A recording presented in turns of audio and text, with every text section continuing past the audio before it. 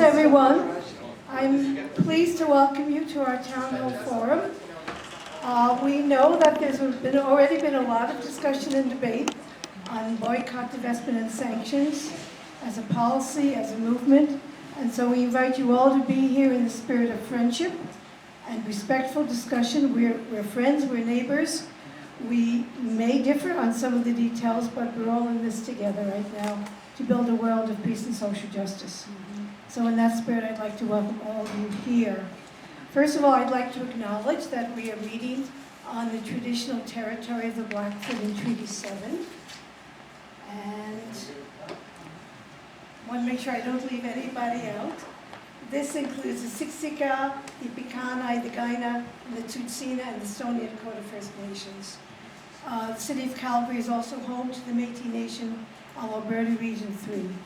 So we are here on Aboriginal land, and we need to respect that. Oops, okay, I'll get closer. I also would like to welcome all of you from the many groups. Just so you know, we will have 3 speakers, Dimitri Lascaris, Yves Engler, and possibly Chris Alders. I'm not sure if he's here yet. But we will ensure that we have a good hour for discussion and Q&A. And we're going to, in order to allow everyone to speak, we're going to be limiting time on the microphone to 2 minutes. And we'll let everyone speak the first time before we have any second-time speakers. Looking around, I think we're all familiar with the rules of civility, that, again, we are here to have a respectful discussion. If we're talking about violence and conflict, one of the ways we can work toward change is to ourselves believe in a way that's peaceful and acknowledging respectful differences. I'm Dr. Ronnie Joy Leah. I am a university instructor, and I've been active on social justice rights for Palestinians. Myself, I am Jewish, that's my background. I'm also very critical of any policies which diminish the rights and dignity of any people in the world, regardless of their religion or ethnicity or culture or nation or lack thereof.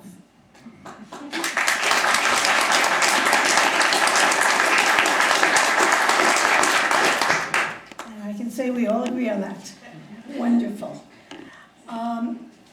So I don't think I need to give too much background on the resolution that was brought forward and passed by the Green Party of Canada. I believe that our first speaker, Dimitri, will be speaking about that. So as I said, we will have 3 speakers, and then at 8 o'clock the floor will open for discussion. Okay, I'm really pleased to welcome you here, Dimitri. I'm very glad you can be with us, and I give you the floor now.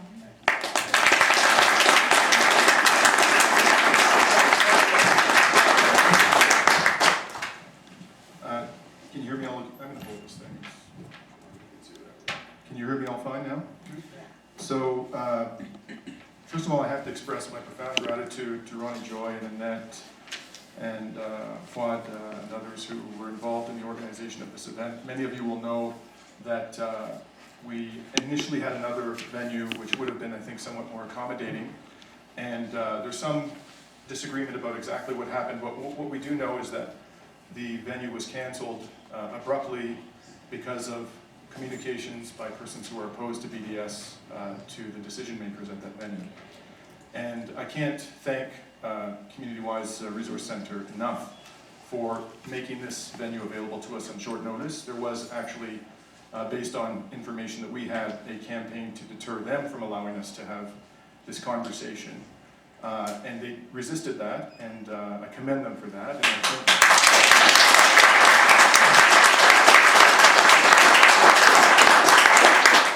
And I think it's very telling that those who support BDS want to have a conversation, want to invite people who disagree into this venue to have that conversation, whereas those who oppose BDS, or at least some of them, the most vehement of them, want to shut down free speech.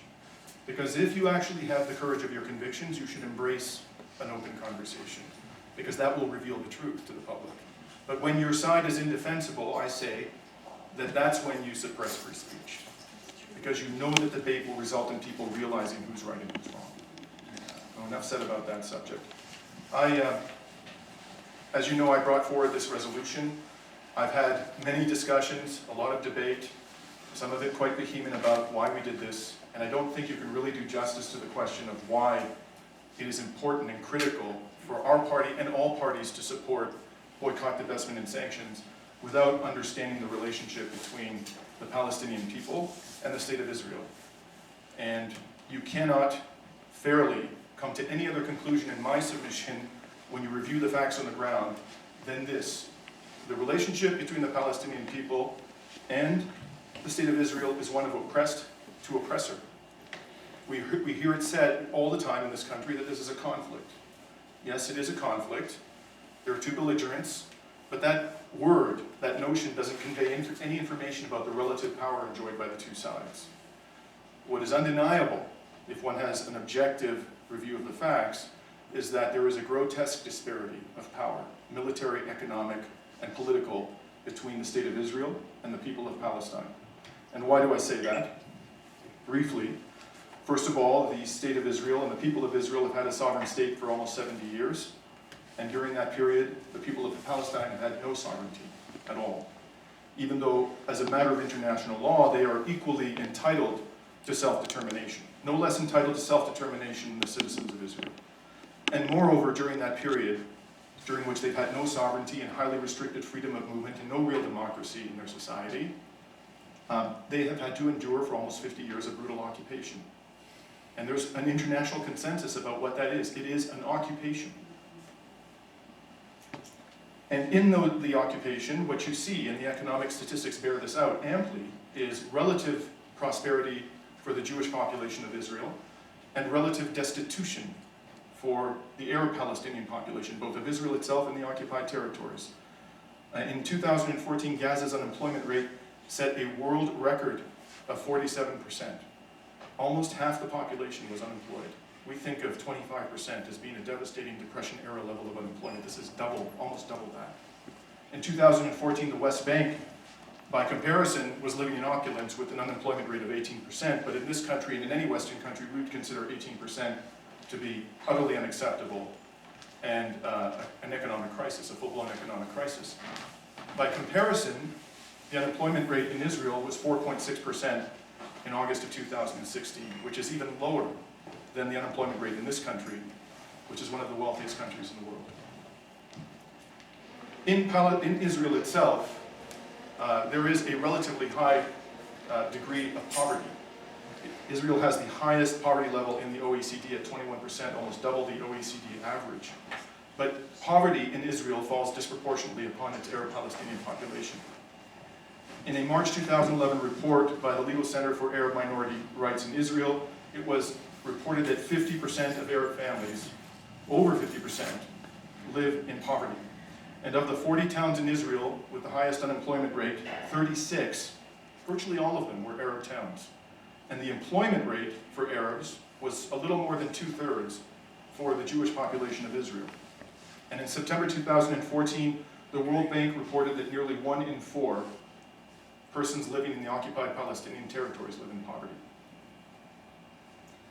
We all know who has the superior military capacity. It's undeniable. Israel has the only nuclear arsenal in the Middle East and refuses to accede to the Nuclear Non-Proliferation Treaty, refuses even to acknowledge its possession of a substantial nuclear arsenal, even though Western powers have essentially acknowledged as much. It has advanced fighters, bombers, drones, tanks, a missile defense system, attack helicopters, cruise missiles. It has a navy which occasionally fires upon fishermen who are just trying to eke out a living off the coast of Gaza. It has submarines. Hamas, the principal belligerent on the Palestinian side, possesses what Israel-Palestine scholar Norman Finkelstein describes as little more than glorified fireworks. As one would expect in a situation of massive military disparity of power, the casualties on the Palestinian side are far higher than they are on the Israeli side. In the last 3 assaults on Gaza, nearly 4,000 Palestinians were killed, whereas 90 Israelis were killed. And of those 90 Israelis, 70 were soldiers, of whom 4 were killed by friendly fire. And of the nearly 4,000 Palestinians killed, over 550 were children. Contemplate for a moment that the children killed on the Palestinian side, the ratio of children killed was in excess of 5 to 1 compared to soldiers killed on the Israeli side.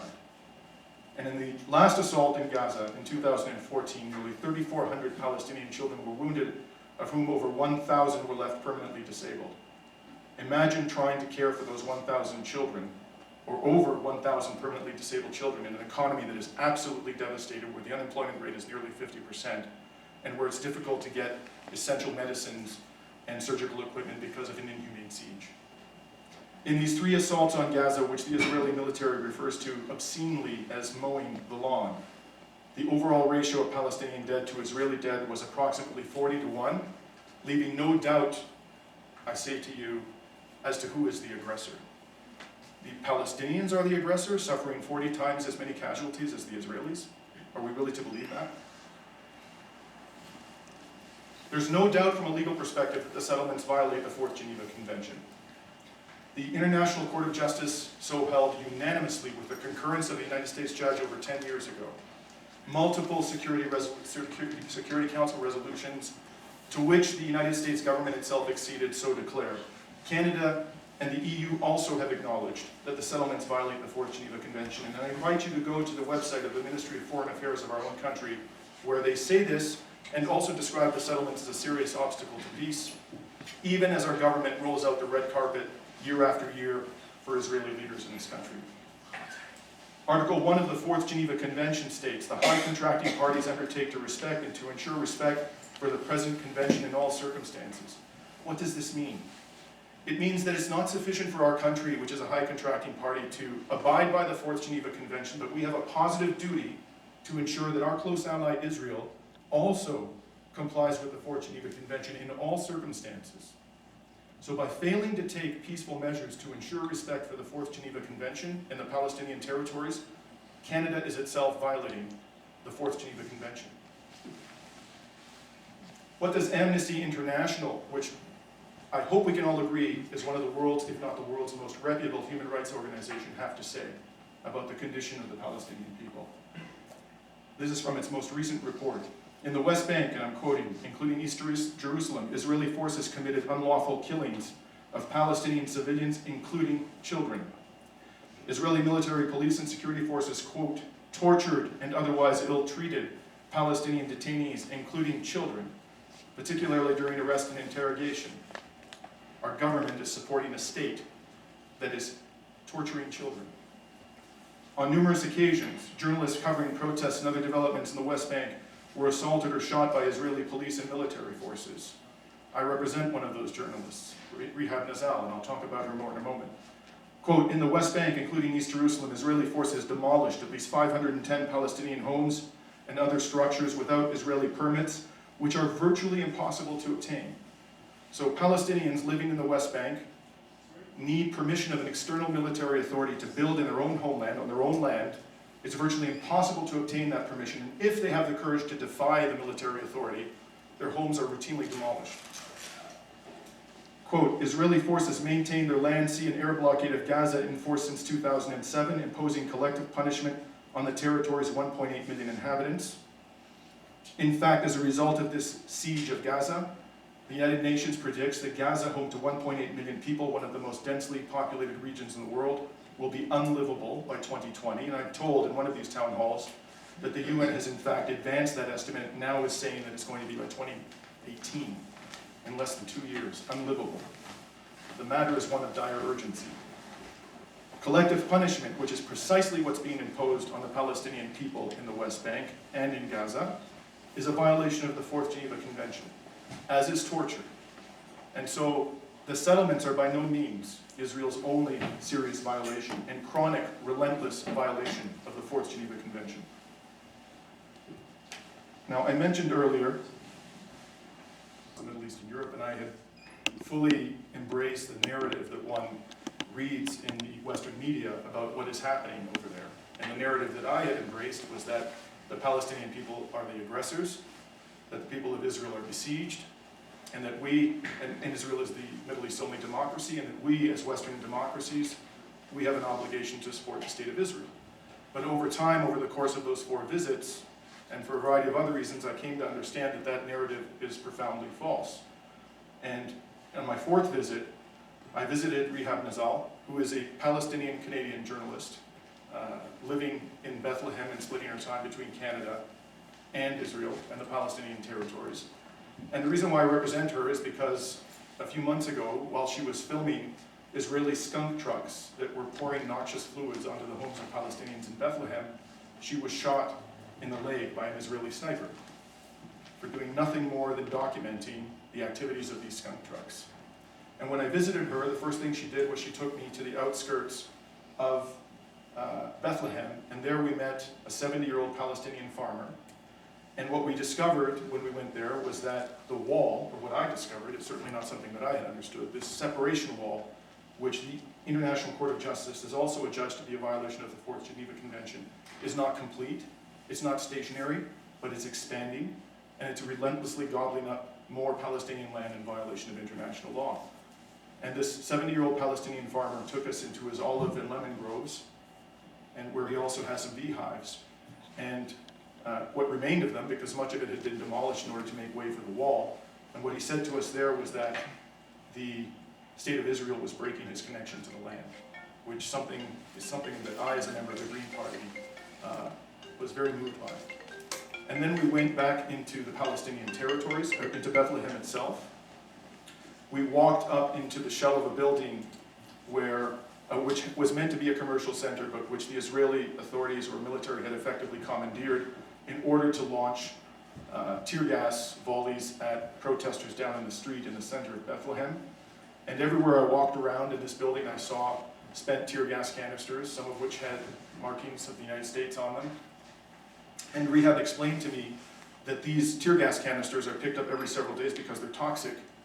They can't be left there, but within a matter of days, they're everywhere again, because so much tear gas is being rained down on peaceful Palestinian protesters. After we saw the center of Bethlehem, I asked Rehab to take me into Hebron. And why did I do that? I did that because in March of this year, during the AIPAC conference, Max Blumenthal, an American Jewish journalist, interviewed Gideon Levy, a very courageous Israeli journalist who I understand has to walk the streets of Tel Aviv with a bodyguard because of threats to his person, because of his criticism of the Israeli government. And Max Blumenthal asked him, why do you always urge people to go to Hebron? And Gideon Levy said, I would start there because you get it in a nutshell.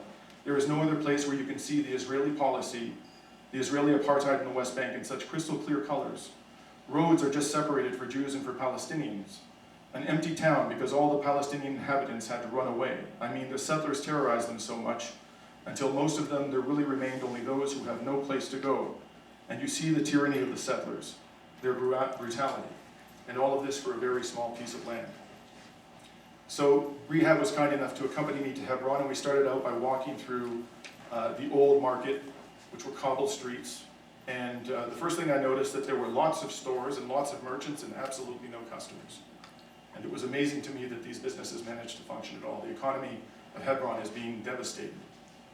And because the merchants had plenty of time on their hands, they talked to us about what they have to live with every day. And one of them pointed overhead, and what I saw was a net, and on top of the net was garbage. And he explained to me that the net was placed there by the merchants in order to protect them from the settlers who had commandeered the apartments overhead and routinely threw garbage down on the heads of the Palestinian merchants. And he said to me that these nets have not particularly effective anymore because the settlers adapted by throwing down filthy water and sometimes even excrement on the heads of the Palestinians. We then, Rehab and I, walked through a checkpoint into the commercial center of Hebron, which has been essentially ethnically cleansed of Palestinians. Rehab was carrying her Canadian passport, as was I. We didn't get through the checkpoint without much, we got through it without much difficulty, but we got 10 yards beyond the checkpoint and we were approached by 4 Israeli soldiers who were heavily armed, and they demanded to see our passports again. And even though Rehab had been shot in the leg by an Israeli sniper only months earlier, she was adamant that the soldier should explain why she should have to show her passport. And initially he refused to explain, but eventually he gave in, and he said very matter-of-factly, right there in front of me, I need to see your passport because only Jews can walk here. As though there was nothing wrong with that. Eventually they let us go because we had Canadian passports, and as we were walking through the streets, we saw wall after wall after wall that had segregated the Palestinian population from the settler population in the center of Hebron. And it was explained to me by a German national who works for an NGO in the West Bank, that the children, many of the Palestinian children living on the opposite side of that wall, have to cross the commercial center, the ethnically cleansed commercial center, in order to go to school. And when they do that, they're subjected to so much abuse that they have to be accompanied by representatives of NGOs in order to protect them. And once in their class, from time to time, Israeli soldiers in combat gear will enter and will demand to inspect their hands, looking for evidence that they've been throwing stones. And if they judge that their hands show something indicating that they were throwing stones, occasionally they'll take away a child and detain the child. And I want you to imagine your children having to go to school in those circumstances. Would you tolerate such a thing, even for a minute? And as we were walking around, I also noticed a poster. Unfortunately, I can't show you a picture of it, but the poster said, "Free Ettinger," and it had a picture of a settler. And I recognized the name immediately, you may not. And this poster was everywhere in the center of Hebron. And who, you may ask, was Mayor Ettinger? Mayor Ettinger, about a year and a half ago, was accused by the Israeli authorities, not just the Palestinians, but the Israeli authorities, of having firebombed a home of a Palestinian family, causing an 18-month-old baby to be burned to death. And the two parents were badly burned as well, and they succumbed to their wounds and died a few weeks later. And the sole survivor is a 4-year-old boy who was also badly burned. And in the minds of the settlers in the center of Hebron, Ettinger deserves liberty. That's how much their humanity has been destroyed. That's how much they've been indoctrinated. That's how much they've come to embrace hate rather than peace.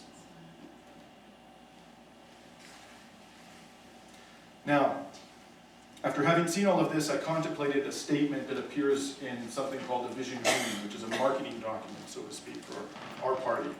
And that statement is that the Green Party of Canada believes that any effort aimed only at one side in the conflict will not end the violent responses that exacerbate human suffering. To be completely candid about it, I find this statement offensive. I much prefer the sentiments of Archbishop Desmond Tutu, who said, "I have witnessed the systemic humiliation of Palestinian men, women, and children. The humiliation is familiar to all black South Africans. In South Africa, we could not have achieved our democracy without the help of people around the world who, through the use of nonviolent means, such as boycotts and divestment, encourage their governments and other corporate actors to reverse decades-long support for the apartheid regime." And Archbishop Desmond Tutu concluded with this: "If you are neutral in situations of injustice, you have chosen the side of the oppressor." The truth of this statement should be obvious to us all. Imagine, as we have in the state of Israel and in the Palestinian territories, two sides, one of which possesses grotesquely superior military, political, and economic power, using that power to crush the legitimate aspirations of another ethnic population by adopting, on the surface, what appears to be a posture of neutrality. You are, in effect, giving license to the oppressor to continue the oppression. That should be clear to us all. Those who say that we must remain neutral in this conflict are really engaged in a masquerade. It's not neutrality at all. We're favoring the state of Israel. What does our divisive and polarizing policy, because that's the way it's been described by our opponents, actually say? It's been described as anti-Israel. Well, in fact, what it says, and I'm reading the first clause, is that the Green Party of Canada supports the use of divestment, boycott, and sanctions that are targeted to those sectors of Israel's economy and society which profit from the ongoing occupation of the Palestinian territories. So it's not applicable to Israel, it's applicable to those who are profiting from the occupation. And having described this occupation to you in all its brutal colors, it's very difficult for me to understand how anybody can take issue with withdrawal of economic and political support for actors who are involved in that occupation, who are profiting from that occupation. This is simply what minimal human decency requires. There's nothing remotely polarizing or divisive about it. It's made polarizing and divisive only by those who want to defend the rights or the privileges of an apartheid regime. The second clause of our resolution says, that the Green Party of Canada will support such a form of BDS until such time as Israel implements a permanent ban on further settlement construction and enters into good faith negotiations with a view to creating a viable Palestinian state. Again, extremely modest. Given Israel's relentless confiscation of Palestinian land, even as it purports to be engaged in negotiations towards a two-state solution, we would be entitled to say completely, we don't trust the Israeli government anymore. It's not enough for you to stop settlement expansion. We insist that you dismantle those settlements and that you give the Palestinian people a sovereign state, and only then will we withdraw our support for boycott, divestment, and sanctions. But we don't even go that far. And then the final clause, again, if anybody takes seriously the right of free speech and even has a modicum of understanding of what's being done to the Palestinian people, how this could be offensive is beyond me. Be it further resolved that the Green Party opposes all efforts to prohibit, punish, or otherwise deter expressions of support for BDS. Is that asking too much? That we have the right to say that we support BDS? How did the mainstream media react to this so-called divisive and polarizing policy? On August 7th, the day we adopted the policy, the Globe and Mail published an article entitled "Vote to Support Israel Boycott Campaign Divides Green Party." The author of this article interviewed me outside the convention hall within minutes of the conclusion of the convention. I went out of my way to explain to him the human rights violations that motivated me to bring this resolution forward, and not a word that I said about those human rights violations appears in his article. It was all about the divisions in our party. The next day, the National Post, which has never in my lifetime manifested even the slightest concern about the plight of the Palestinian people, published an article entitled "Green Party's Boycott Israel Policy Totally Unhelpful to Peace." Ambassador to Canada says, of course, that was the Israeli ambassador. Do you think the National Post thought to interview a representative of the Palestinian people? Of course not, because their voices don't matter. 2 days later, National Post, "Green Party losing members, riding associations as BDS controversy highlights infighting." I can't tell you about the number of people who've come to me and said they've joined the Green Party because of this. Oh, sure, some people have left. I don't deny that. But there's another reaction that the public is having. Hundreds of people have joined our party. I know this for a fact, because of this policy, but their voices don't matter. Toronto Star, the great progressive newspaper of Canada, rather than fleeing the scene of its political car crash over policy on Israel, Elizabeth May should stick around and save her party from itself. Hamilton Spectator, 3 days later, the Greens' big mistake in Elizabeth May. And you can see, I'm just giving you a sample. So what you can see is the theme that emerges from these articles. The theme is not that the Palestinian people are being devastated, not that Gaza is on the verge of becoming unlivable, not that the occupation has been going on for decades and something must be done about it, but that the party is destroying itself. That's the story, because that story deflects attention from the facts that they don't want you to know.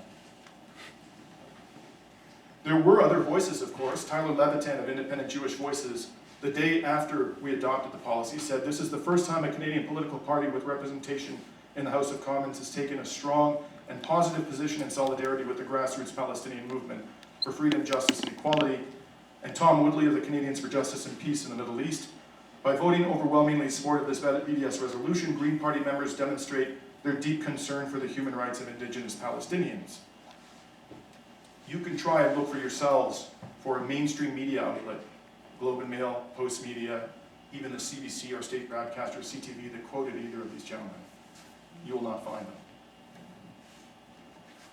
Our party, which has been characterized by someone in a provincial party whom I'm not going to name as having been overtaken by fringe extremists because of this minimal stand for human decency, is not alone.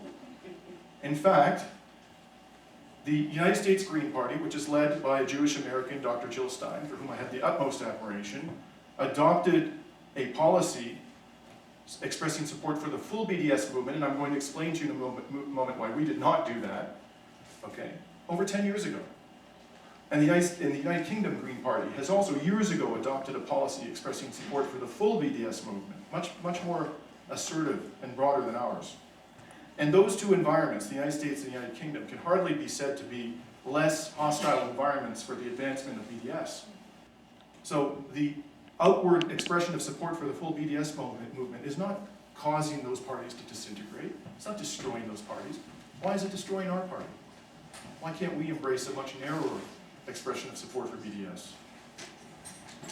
It's said that our policy singles out Israel. Well, in 2014, a full 2 years before we adopted this policy, we adopted a policy calling for an arms embargo on Saudi Arabia.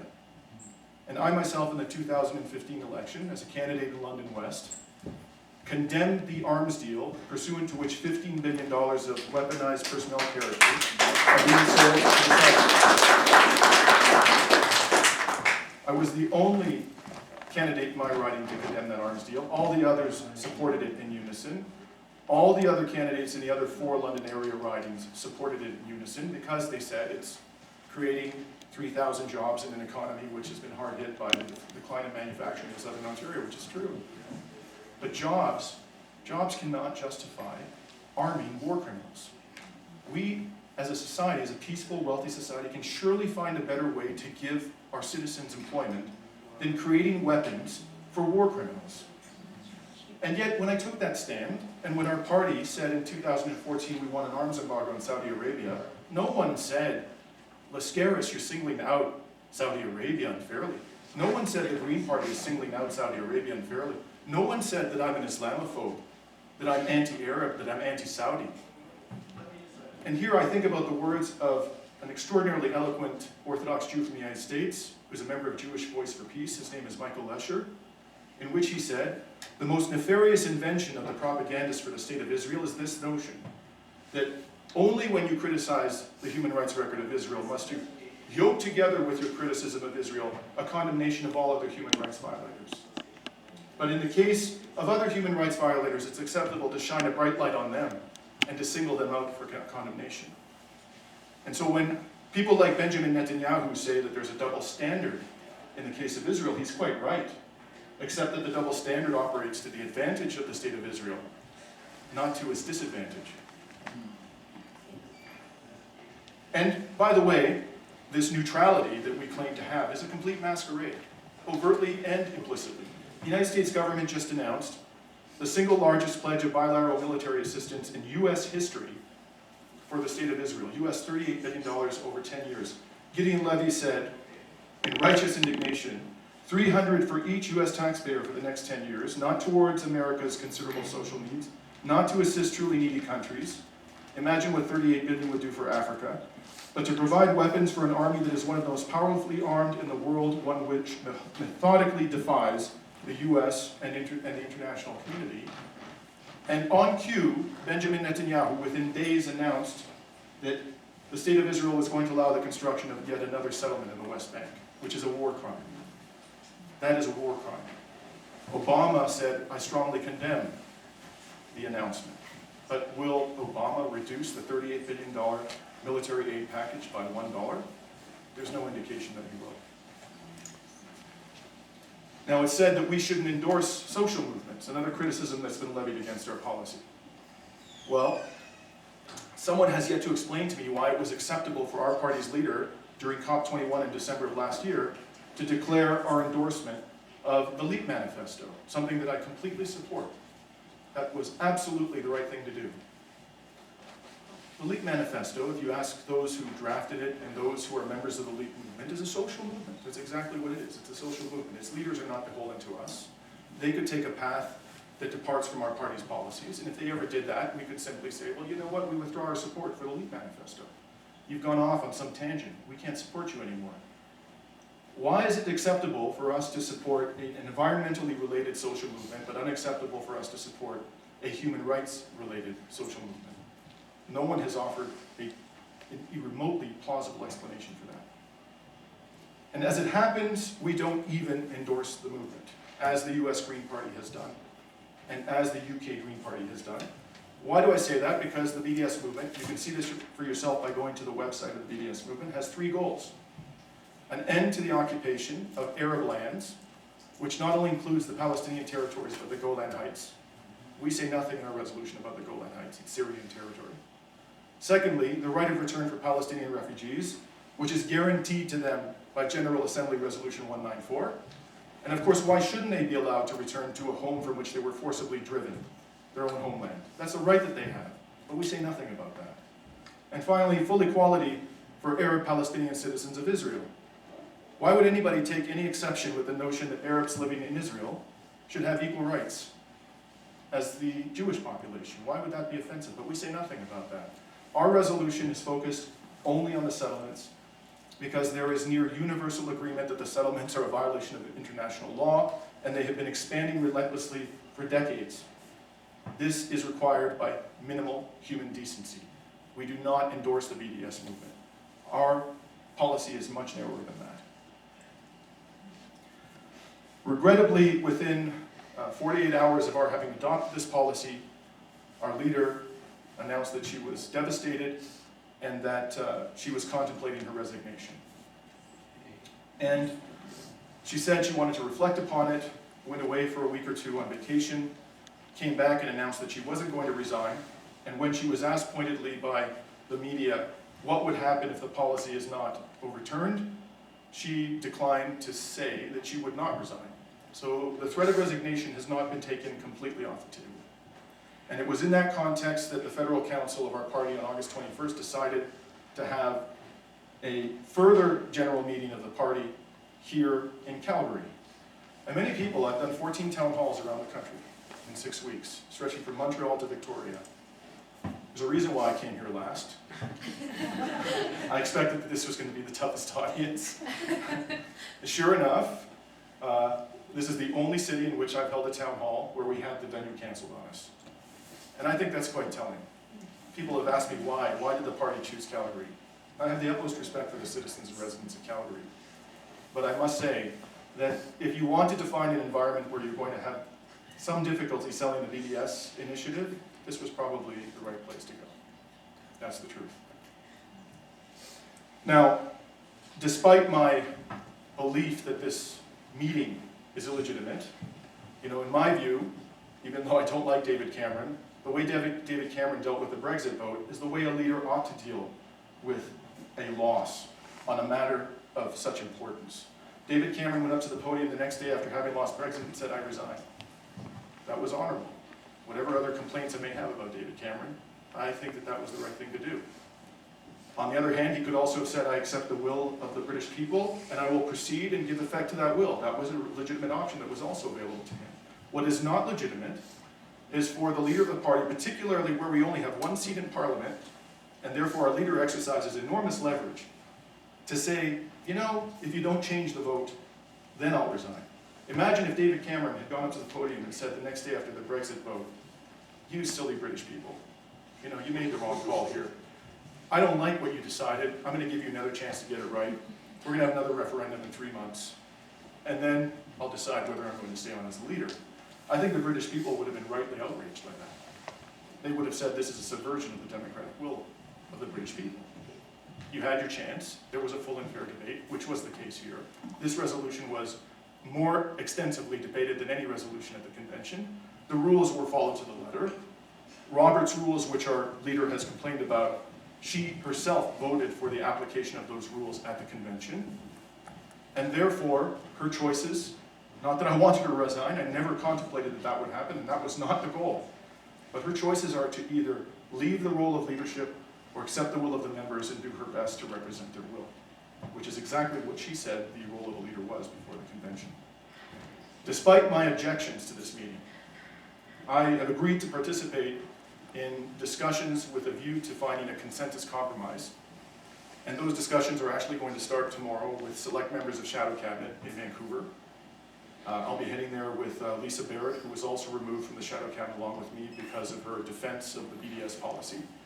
And I will do what I can to find a way to unify our party, but I'm not going to throw human rights of the Palestinian people under the bus to make a leader happy, to unify the party, because there is no party, not the Green Party, not any party, that is more important than the defense of human rights. Political parties exist to vindicate human rights, to protect them, not to undermine them. Now, it's also been said that our policy distracts us from our core mission. And our core mission is the environment and climate change.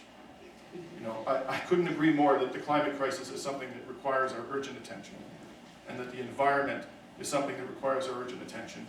But in fact, our 6 core values, which you can see here up on the screen, do not include dealing with the climate crisis, as important as that is, and only 2 of them are explicitly related to the environment. Ecological wisdom at the top, and the 5th one, sustainability. The other 4 are social justice, participatory democracy, nonviolence, and respect for diversity. What are those values all about? Fundamentally, they're about human rights. This is in our Constitution. We are constitutionally mandated as a party to defend human rights. We're not a one-trick pony. And by the way, as long as we convey the impression to the Canadian public that we are a one-trick pony, we're going to tread water, just like we did in the last election. There's a whole swath of the Canadian populace, the progressive community, millions of Canadians around the country, are now voiceless in our parliament. The Liberals have gone right. The Conservatives have gone way off the deep end. Even the NDP has gone right. Who is going to speak for those people? Who is going to speak for the millions of people who support Palestinian rights? Who in our parliament has the courage to stand up today and to say, I stand with the oppressed Palestinian people? It's not just the right thing to do to support this. It is also the electorally intelligent thing to do. And if these values are your values, and you want to defend this victory for human rights, and you're not a member of our party, I encourage you to become one, and to join us in Calgary in about 5 weeks' time, where we will have to make a decision about what to do with this victory for human rights. And I couldn't agree more with Yves Engler, who said yesterday in our Edmonton Town Hall that the confirmation of the BDS policy at our convention in December would be the greatest victory for the Palestinian solidarity movement in the history of Canada. That's what's at stake here. Thank you.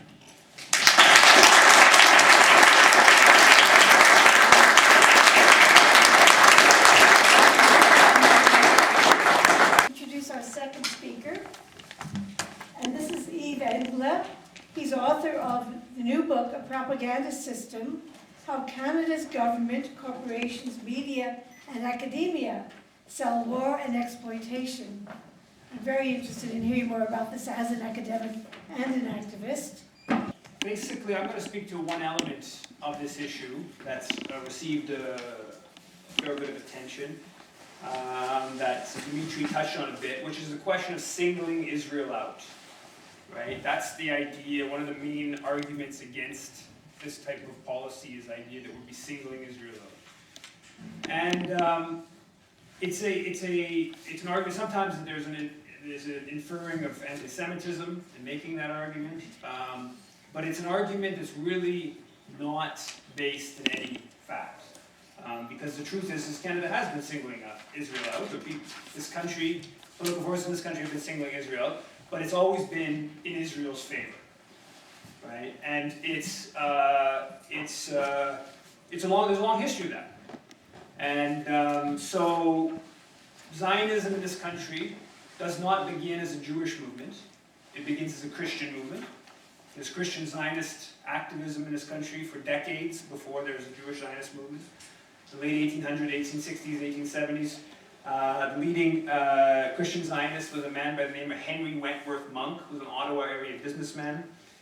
And he called for a dominion of Israel, just like the Dominion of Canada, a Jewish homeland in the Middle East as part of the British Empire. Just Dominion, like Canada, as part of the British Empire. And he campaigned on that issue, and he wasn't alone. He had his documents read in Parliament. He lobbied Balfour in Britain. And to get a sense of the thinking and the sort of ideological currents on this issue, Arthur Meehan, who becomes Canadian Prime Minister at this point, Solicitor General in 1915, told a Jewish Canadian audience, quote, "I think I can speak for those of the Christian faith when I express the wish that God speed the day when the land of your forefathers shall be yours again. This task, I hope, will be performed by that champion of liberty the world over, the British Empire." So many people, of course, would dispute how much the British Empire was a champion of liberty, but that was the type of ideological climate in the early 1900s in Canada. For a combination of Christian and British imperial reasons, the Canadian political establishment very much supported the Zionist movement. And during this period, there was, particularly after the Balfour Declaration in 1917, which basically committed Britain to establishing a Jewish homeland in the Middle East on Palestinian land. There was significant funds that were raised in this country for the Zionist project. There were hundreds of Canadians that fought during World War I to conquer Palestine on behalf of the British Empire. So there was there's always been, or for a century now, there's been, or longer even, Canadian support for the Zionist project pre-state 1948, creation of the Israeli state in 1948. Canada's biggest contribution to Palestinian dispossession was at the UN in 1947, when the British handed their mandate over to the UN. Canadian officials, or particularly Lester Pearson, who I'm sure people are familiar with, who would later become external minister and after that prime minister. Lester Pearson played an important role on two different UN committees that very much advanced the Zionist cause. Additionally, Canadian Supreme Court Justice Yves C. Rand was part of the United Nations Special Committee on Palestine that went to the region to discuss what to do with the British mandate. And Yves C. Rand, who people may be familiar with the Rand formula, people involved in labor unions, the Rand formula, so Yves C. Rand, that was behind that. Yves C. Rand was a staunch supporter of the Zionist movement. He pushed for an expansionist Zionist state, and he was considered the lead architect of the partition plan.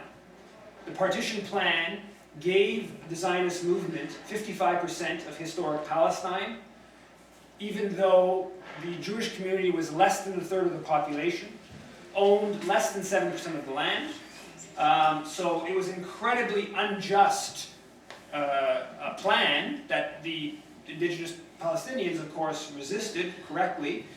And the partition plan very much provided the diplomatic cover for the Zionist movement to ethnically cleanse Palestine late 1947 and 1948, where about between 700 and 800,000 Palestinians are driven from their homes by the Zionist movement, half of whom driven from their homes before any Arab army enters the fray.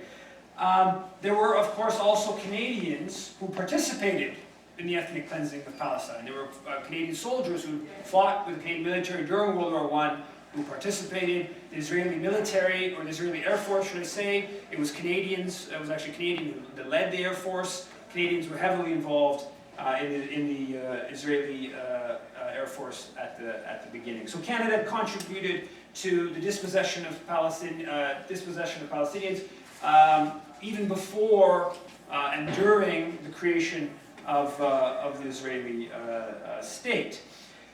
Fast forward through many years up until today, and Canada's always had a one-sided pro-Israel policy, with maybe the exception of 1956 Suez crisis. We can discuss that after if people would like. But fast forwarding until today, in more recent years, Canada signed a free trade agreement with Israel in 1997, a trade agreement that allows products produced in the occupied territories to enter Canada duty-free, provides a certain union signed with Israel that at least ostensibly precludes Israeli products from produced in occupied territories to enter the EU duty-free. Canada's does not. An important part of Canada's contribution to the dispossession of Palestinians, or to the one-sided support of Israel, or singling Israel out, if you like, is the question of charities, right? There are hundreds of charities, registered charities in this country, so organizations that are legitimated by the Canadian state that can provide a tax write-off for donations, so effectively a subsidy, by state subsidy for donations to those organizations. There were about, one estimate in the mid-90s, had 300 different registered charities based in Canada that support projects in Israel. The Ottawa Citizen estimated that there was between $100 and $200 million in support, and that was in 1991. So with inflation, that would be about double today. So we're talking about a couple $100 million in money from Canadian charities being sent to Israel every year. And Israel is not a poor country, right? There's not hundreds of millions of dollars in Canadian aid money being sent to Sweden, to France, right? But while much of that, or probably most of that money would be for projects that wouldn't necessarily be viewed as too politically contentious, a lot of that money is for projects that would be contentious. So for instance, there's a number of charities that support the Israeli military. You have groups like the Lone Soldier Center, Association for Soldiers of Israel in Canada, that support initiatives to bring, in some cases, Canadians, in the case of lone soldiers, which are individuals who don't have family in Israel. So usually Jewish Canadians who don't have family in Israel to the country to join, to be part of the military. Like the Jewish National Fund, which is a explicitly racist organization. It operates racist land use policies. It owns about 13% of Israel's land, and it's designed to hold land for Jews around the world. About 20% of Israel's population are non-Jewish, and who are basically, with the most modest of exceptions, basically excluded from JNF lands, which they own, again, 13% of Israel's land. In 2014, I believe the JNF Canada raised about $28 million. JNF Canada has been around since 1910, the bigger JNF since 1901. Basically, the JNF has been a tool of European colonialism in Palestine for more than a century. It's been a tool before pre-state of gathering land on behalf of the Zionist movement, often involved in the direct dispossession of Palestinians. And today, the JNF is an explicitly racist institution, and there was a resolution at the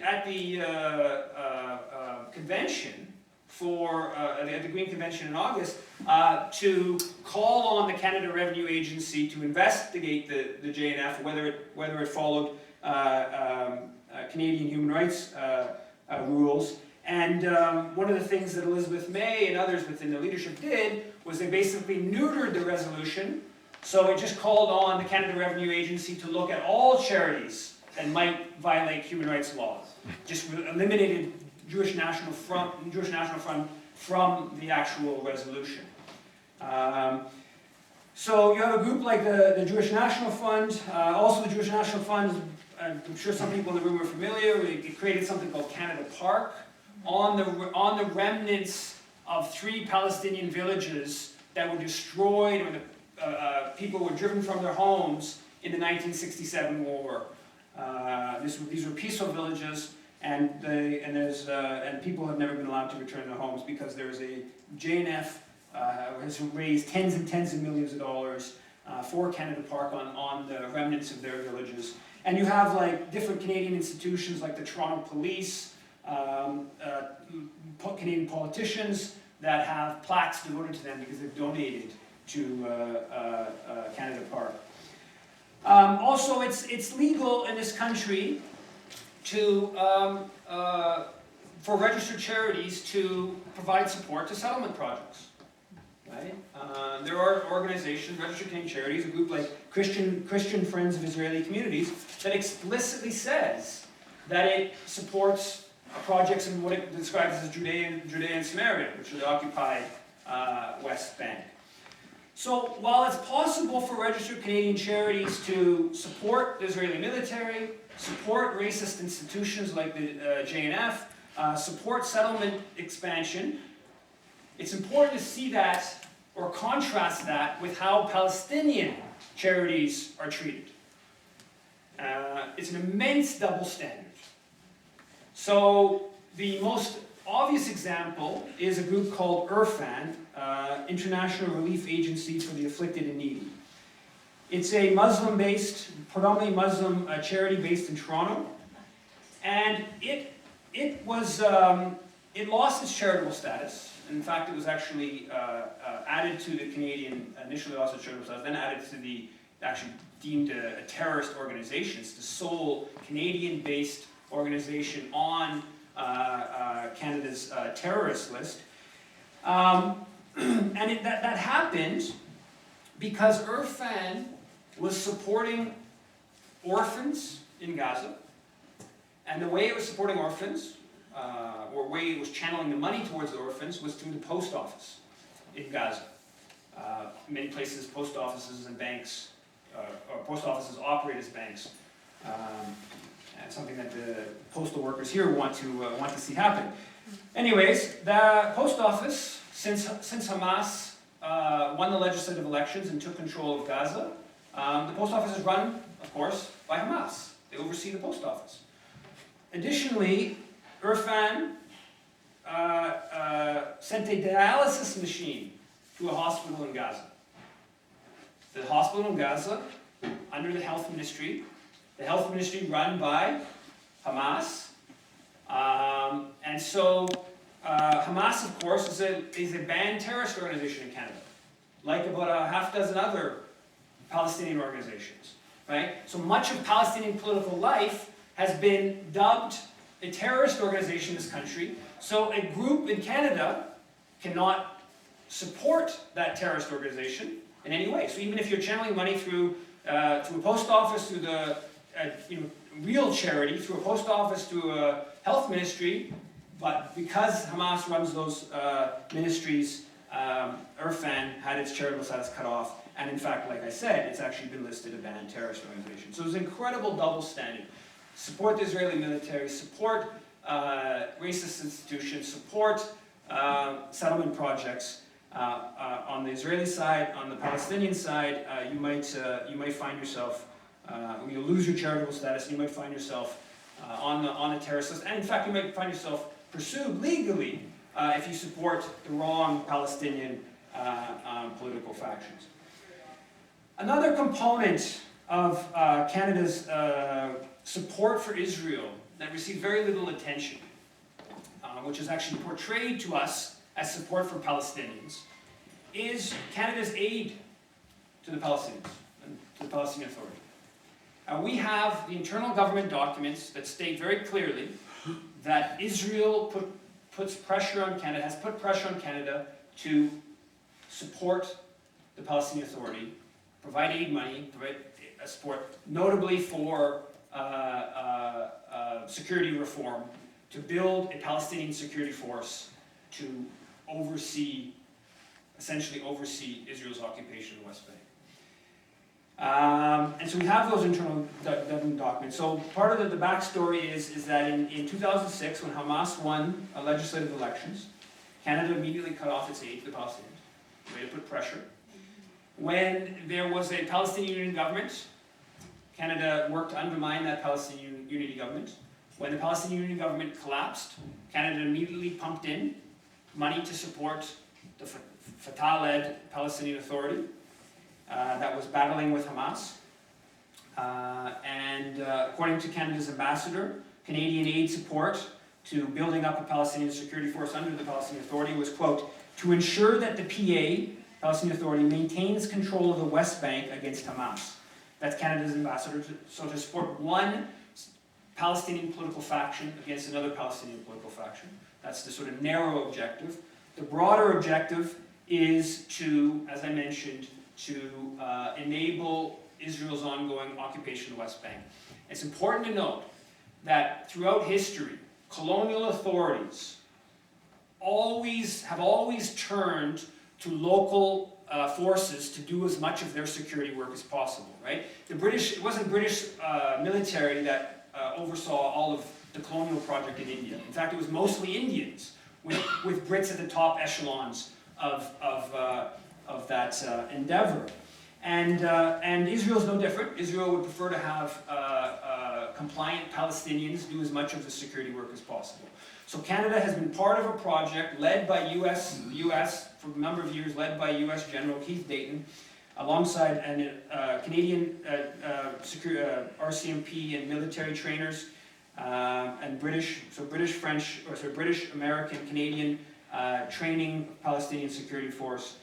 And the head of CEDA, the Canadian International Development Agency, Margaret Biggs, in an internal document that came to light through access to information request, Margaret Biggs described Israel putting pressure on Canada to maintain its security assistance to the Palestinian Authority in 2012. So at that time, the Harper government was threatening to cut off its aid to the Palestinians because the Palestinian Authority was pursuing a statehood bid at the UN. It was pursuing a statehood bid at the UN, and to put pressure on the Palestinian Authority to not continue pursuing that, threatened to cut off aid. Margaret Biggs, the head of CEDA, said at the time, quote, "There have been increasing references in the past month during high-level bilateral meetings with the Israelis about the importance and the value they place on Canada's assistance to the Palestinian Authority, most notably in security justice reform." Okay? So the Israelis were putting pressure on Canada to continue its aid projects to the Palestinian authorities. And I should have mentioned this earlier. In the end of 2007, Canada began a $300 million 5-year aid program to the Palestinians, which has been expanded upon since that time. So we're talking about actually a fairly sizable amount of money being pumped into it. So Israel was putting on pressure on Canada to continue its role in supporting Palestinian security services, which I should also mention are all vetted by the Shin Bet, the internal Israeli intelligence agency, all individuals who are trained by the US, Canada, and Britain. Margaret Biggs, the head of CEDA, also said, in regards to Canada's role in training Palestinian security forces, that, quote, "The emergence of popular protests on the Palestinian streets against the Palestinian Authority is worrying, and the Israelis have been imploring the international donor community to continue to support the Palestinian Authority." So here you have the head of our aid agency saying that they're concerned, Israel's concerned about the popular protests among Palestinians against, in certain cases, against Israel's onslaught against Gaza, against a compliant Palestinian Authority that is accepting Israel's ongoing expansionism, ongoing settlement building, ongoing imprisonment, killings in the West Bank, etc. And the head of our aid agency is saying that the objective of our aid is to, quote, "stop the emergence of popular protests." Of course, the Palestinian Authority in the West Bank, Abbas's electoral mandate ended at the sort of 2009. Right? So there's no electoral legitimacy anymore for the Palestinian Authority. So we're talking about immense singling Israel out, if you like, immense double standards in Canadian policy on the question of Palestinian rights. And so this resolution, or this policy, is really a bare minimum of trying to right the historic wrong in Canadian policy in support of Palestinian dispossession. This is a bare minimum. We have the history of our policy, our government's policy towards Palestinians demands Canada and Canadians take action on the issue. So I'm being told I need to wrap up. And basically, as Dimitri mentioned, if you look at the history of Canada's ties to Israel, to Zionism, if you look at the history of often even of progressive organizations backing these policies, it's a grim history. And the move that's taken place within the Green Party is an important step in the right direction. And this upcoming resolution is going to receive, or upcoming special meeting is going to receive significant attention. it is incredibly important for people who believe in the Palestinian cause. It's incredibly important for people who believe in the Palestinian cause here in Calgary to, if you agree with the broader Green Party values, to engage yourself in this process. You happen to be, they chose your city to have this special meeting. I think progressive people in Calgary, people who care about Palestinian rights, need to see that as a challenge, and confirming this policy really would be the most significant pro-Palestinian victory in the history of this country. And I know that during 2014, the onslaught against Gaza, there was massive demonstration in Calgary. I saw, I think, over 1,000, maybe multiple thousands.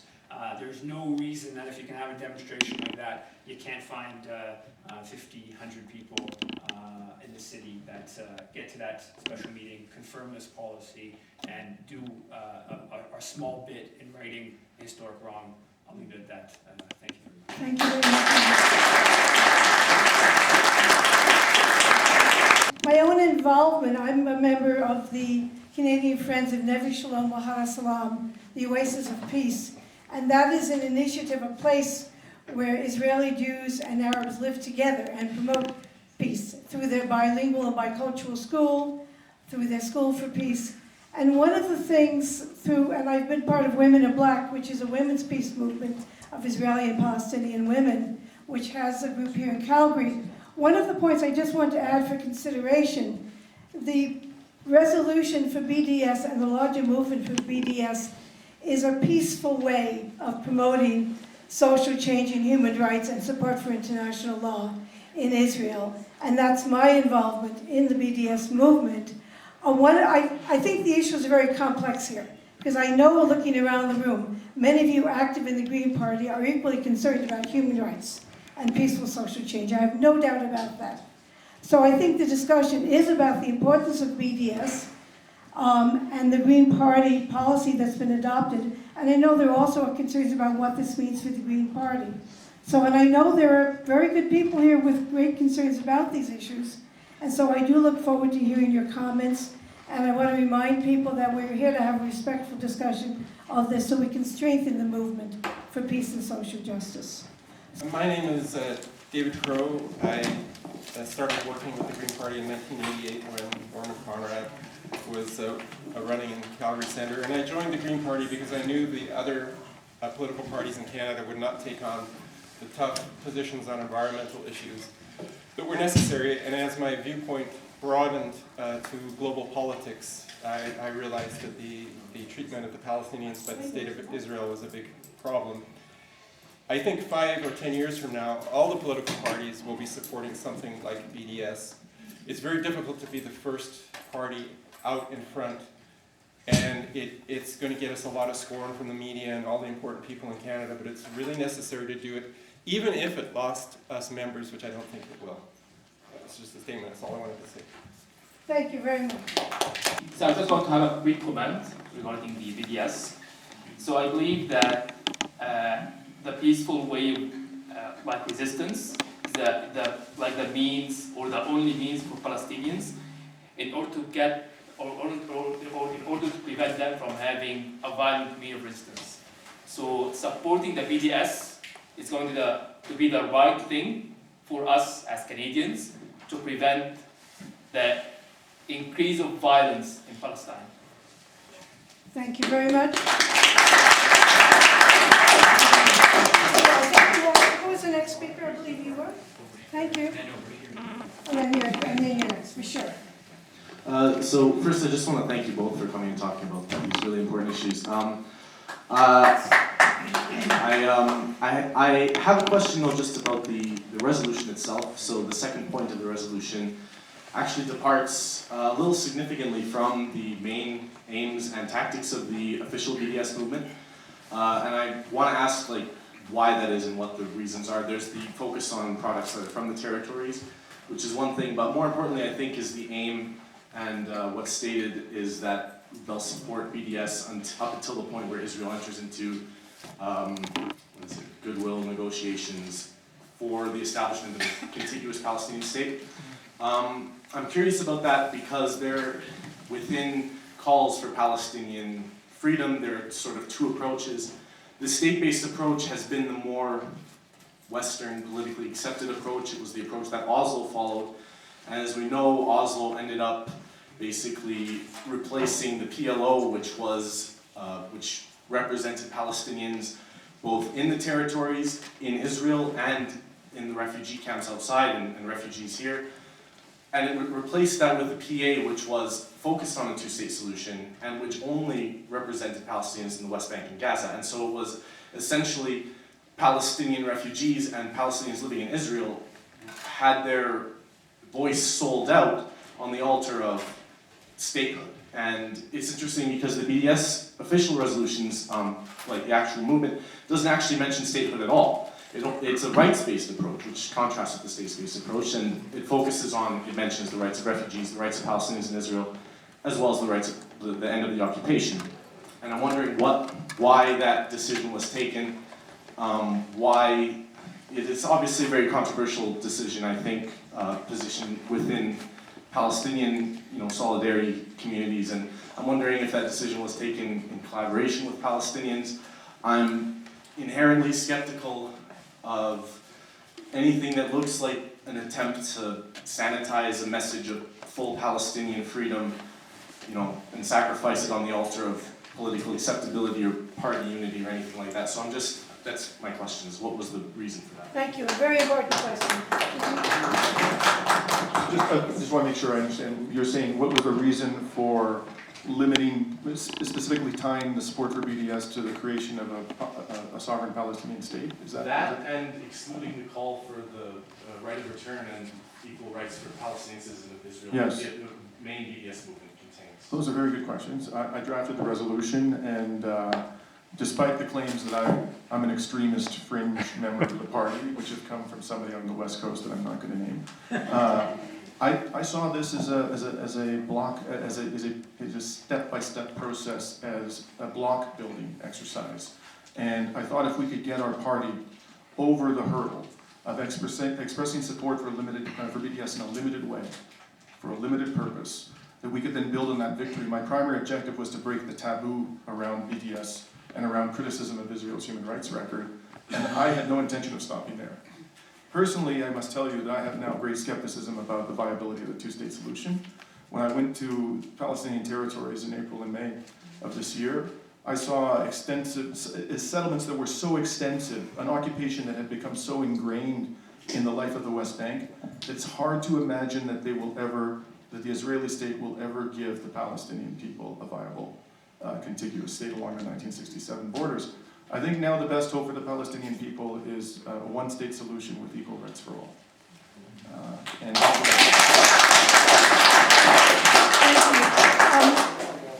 We did have a comment of... That's all right. Okay, you go then. Yeah. And he also was... Hello, my name is Michelle Robinson. Just for transparency, I'm with the Liberal Party of Canada, with the Indigenous Peoples Commission, and I'm certainly not advocating they have the best policy at all on this, the opposite. The problem is that I can't advocate about Palestine within the Liberal Party, because if I do, then I'm taking away from what really bothers me with this whole conversation is the rights of Indigenous people. I have to fight for my own rights here. I heard gasps when people were talking about children being taken and going to the police about going to school. And I'm sorry, I don't know if you recognize, but I live under the Indian Act today, and I'm oppressed today in Canada, and our children were forcibly taken by police to schools and all around. We have history here that mimics every single thing that was said, whether it was burning in a house. We don't have money for fire departments on reserve, so our children are burning in houses today because Canada refuses to acknowledge their own colonial state. So when he opened up and started talking about colonial language and talking about the terms like conflict, there's so much irony being here in Calgary, like the Christian right propagating Israel and Israel rights on the land of Treaty 7, on the backbone of Indigenous people. So I really wanted to talk about your terminology. I really believe that if you use UNDRIP, the United Nations Declaration of the Rights of Indigenous People, as part of your talking point, Canada has claimed that we're going to adopt it. I can argue at arm's length as how we have not. But if we pretend that we are, and we're trying to, we have to recognize Palestinians as the indigenous people, and we should be arguing for their rights. And we're not arguing it from that viewpoint. And I think that in this political climate where Rachel Notley pretends that she cares about indigenous people and Justin Trudeau claims he cares about indigenous people, we should be using those terminologies about rights of indigenous peoples and using the UN as that declaration. So those were my biggest points, is that we're using colonial language, and none of the people in the room seem to understand that's what we're using, and we're talking in those terms. But if we start talking UNDRIP, that gives us our talking points to sell to the Canadian people. Thank you very much. That is transparently not a question for you, because you're not from Alberta, so you can't really answer my concern. 8 years ago, I participated in a meeting of the Green Party of Alberta in which a spurious campaign was launched and resulted in the death of that party. And the person that led that actually went on to try to be the leader of the Wild Rose Party. He was also not successful there. I'm concerned that one should take, this is a delicate, we've got one member in Parliament, we don't have a very large monetary base or the Green Party in particular has to be the voice right now for getting the Liberals to feet to the fire on CO2 and getting their feet to the fire on their promise of proportional representation. This is a distraction, and it's a distraction at a very inopportune time. So I have to ask you, do you have an interest in the leadership of the Green Party? So did that person 8 years ago. I actually think that's a fair question, sir, and I'm glad you asked it.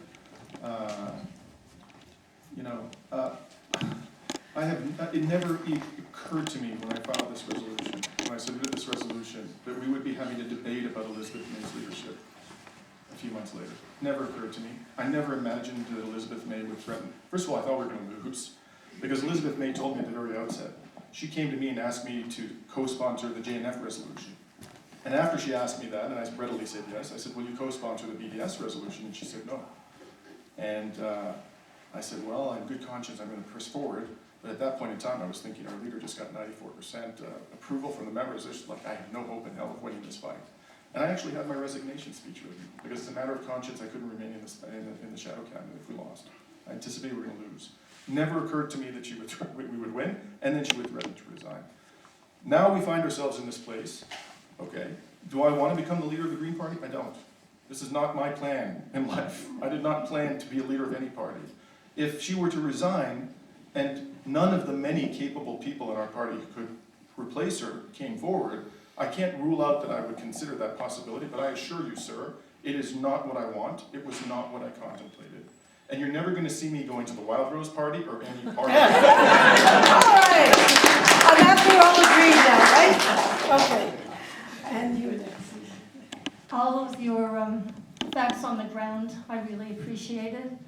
Ironically, I first heard them at the Unitarian Church presentation of the Social Justice Committee. And I'd like not to use my 2 minutes to let you know how the Unitarian Church backed out, but I would afterwards. My main concern about the resolution has to do with what I perceive as a threat to the Green Party. And I'd just like to say that in Elizabeth's time as leader, the party's passed numerous policies regarding the Israeli-Palestinian situation, and they're inscribed and elaborated on in Vision Green, which I'm sure you know. But I just want to touch on a few of them, and if you tell me when I'm 30 seconds short, then I'll wrap up. I'll probably be a little bit liberal with the time, although that's a bad, not liberal in the big L sense. Okay. No, but it's short. Be it resolved that the Green Party of Canada fully condemn all illegal Israeli settlement expansions in the occupied Palestinian territories as undeniable obstacles to the Israel-Palestinian peace process. Be it resolved that the Green Party of Canada would seek to introduce legislation that would amend the Canada-Israel Free Trade Agreement. This change would require Israel to label as Palestinian products and services from lands recognized under international law as Palestinian territory. A more 6-point, I won't read them all, resolution calling on both sides to immediately stop the killing of civilians and adhere to international law. Support the two-state solution to the Israel-Palestine conflict that adheres to pre-1967 borders and also seeks to incorporate an international plan for stimulating economic prosperity in both nations. Call on Arab countries to use their influence to broker an agreement between Hamas and the Palestinian National Authority to facilitate the promotion of peace among the competing Palestinian interests. Call for an end to the collective siege of Gaza so that medical and humanitarian aid can be provided. There's more, but my point is that your resolution, which I understand was passed by 60 people at the August convention, seems to me not to be an addition that's worth so much serious infighting in the party. So I hope that you and Elizabeth and the rest of the people that are looking to work on something that will come out improving the process, which allows 60 out of 20,000 members to pass your resolution, and arrive at a resolution that's calming instead of agitating. If not, before we get to the December 3-4, then there. I'd really like people who have not terribly entrenched opinions already to be helping you and Elizabeth with that process. Thank you. I share your hope, but within the bounds of human decency. And at the end of the day, the policies you recited, I've seen them all. For example, our condemnation of the settlements and the serious obstacle piece, this language is on the Government of Canada website. We've gone no further than the Government of Canada in that regard. The support for the two-state solution, it's been the Government of Canada policy forever. Support for the two states, calling on Arab states to facilitate peace. I regret to say that all these fine, lofty sentiments are nothing more than words, to which no meaningful sanctions have been attached for decades. And this is the fundamental problem. There's no sanctions. Even the labeling of products, and that's the one respect in which one might say we are a little bit ahead of the other parties. We call for the labeling of products. We should be banning the products. Why are we allowing those products to be sold in this country to begin with? We need to actually give teeth to human rights law. That's the simple principle. And we haven't done that. And until we do that, the devastation of the Palestinian people is going to continue. We're going to have an even worse humanitarian crisis on our hands, in particular in Gaza, within a matter of 2 years than we have today. We have to actually give teeth to human rights law. And that is part of our mandate, as far as I'm concerned. Thank you very much. I just want to add to one thing specifically. There wasn't 60 people that voted on this. The convention had between 250 and 300 people, and it was so overwhelming they didn't even bother counting because it was above 2/3 at the convention. That's not true. Yeah, it is true. No, I was there too. Well, what did you say? They had to do recount. No, I have to address this. Okay, Okay, let's clarify this. this is very important. Okay. And by the way, what I'm going to say to you has been confirmed by the party president, Ken Melamed, and it's been confirmed by Patricia Farnese, and I know no one knows better what happened than I did because I was in the heat of the battle from day one. Okay? We got up to the convention floor, and a proposal was made to split the resolution. Okay? Yeah. You saw 3 clauses I took you through. One of the clauses, the third clause, calls for, says we don't want, essentially, people to be demonized for supporting BDS. They should have the right to express that. Somebody made what I consider to be a tactical move to separate that clause from the other 2 clauses. I think that the reason, I can't prove this to be true, but the reason that they did that is because they thought that that was something that the party could readily support. It was consistent with statements that Elizabeth May had made, and that they would basically be giving a bone or throwing a crumb to the people who wanted BDS by getting that passed. So we opposed that. We opposed the separation of that clause from the other two clauses. There was a vote, okay? Initially, Ken said, okay, that motion is defeated. We're not gonna separate it.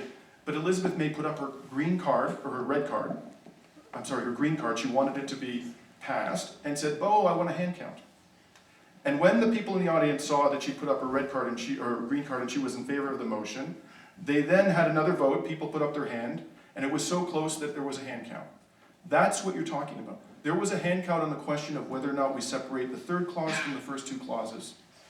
Then there was a debate on the merits of the resolution itself. That passed after Elizabeth May put up her green card and showed everybody in the room that she wanted the clause to be separated from the first two.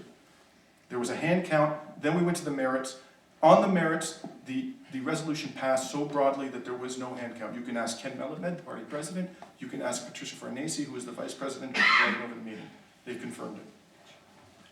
And in the online poll, thanks for reminding me, 58.5% of the party's members said yes to this resolution, and only 13.5% said no. 2,000 people voted. The ratio of yay-sayers to naysayers was in excess of 4-1. The rest voted yellow, which meant that they liked the original intent, but they wanted to see it improved in some unspecified manner in workshop. And at the end of the day, no one has explained to me what about this outcome was so different from all the other resolutions we've ever passed in our party's history. Okay, let's say the number was 60. It wasn't 60, respectfully. I think it was probably around 150 out of the people who were there, maybe 200. Okay, but yes, I admit that that's a very small percentage of the number of members that we have. But how is that different from any other resolution we've ever passed?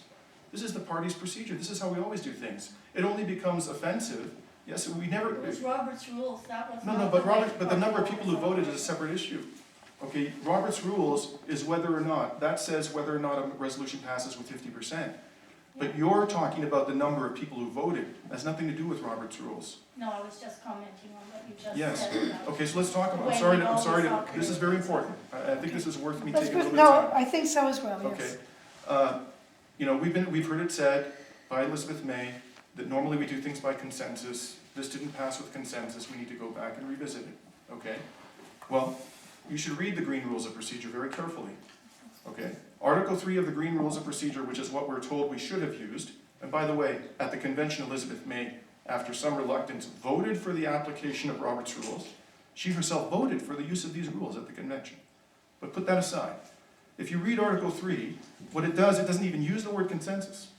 It lays out a process that the facilitator must follow, which is designed to maximize the chance of consensus. At the very end in Clause M, it says, if there isn't general agreement, then the facilitator may call a vote, and if the resolution gets 60% support, the resolution passes. So our pre-existing rules explicitly envision that the majority, in that case a supermajority of 60%, can impose its will on the minority.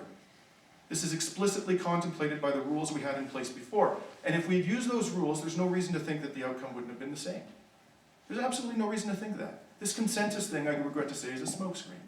Ask yourself this question. If Elizabeth May had won that debate, and if the resolution had been defeated with the use of Robert's rules, do you think she would have demanded another meeting so we could go back and have another debate about the BDS policy?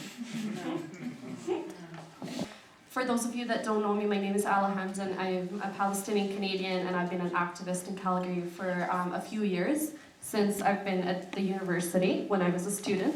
I'm just going to make a comment, not really a question. I'd like to thank both of you so much for coming to Calgary.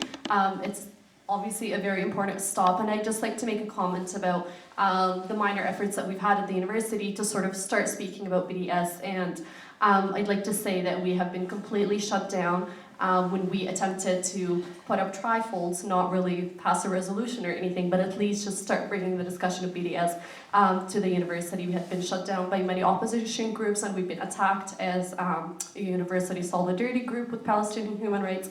And I'd just like to say thank you so much for coming out. Thank you for bringing this discussion to Calgary. And I think this proves that, you know, with the minimal efforts that I know many of us activists in the room have done, hopefully this conversation can be carried forward, and I think Calgary is such a great place to be carrying out this conversation. So thank you for doing this, and thank you for giving us a wealth of information on BDS, and we look forward to the convention.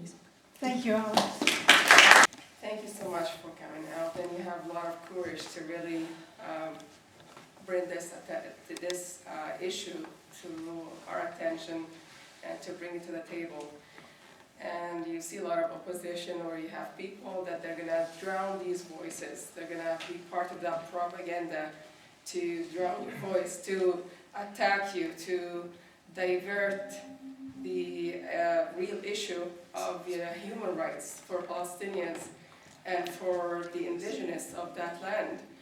Palestinians and Jews, okay, who were like Palestinian Jews with Muslims and Christians, lived there in that land in peace for many, many years before Zionism.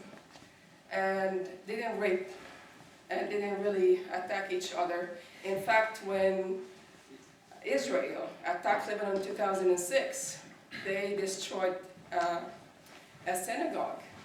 And the people of Lebanon in Beirut raised the money and rebuilt that synagogue because they see Jews there as part of the fabric of Lebanon. So my question is, how are you going to conquer the opposition, the pressure, and all of the critics that they're going to talk to you and tell you that you're using anti-Semitism? How are you going to deal with that? You know, these town halls are really an important part of answering your question. We have to engage. In a way, you know, as much as I regret that Elizabeth May threatened to resign, and I hope at the end of the day we can come to a resolution that respects human rights and that she's comfortable enough with that she will remain as the leader and so forth. You know, unwittingly, by a strange turn of events, that threat of resignation has actually drawn a great deal of attention to the issue of BDS and Palestinian human rights.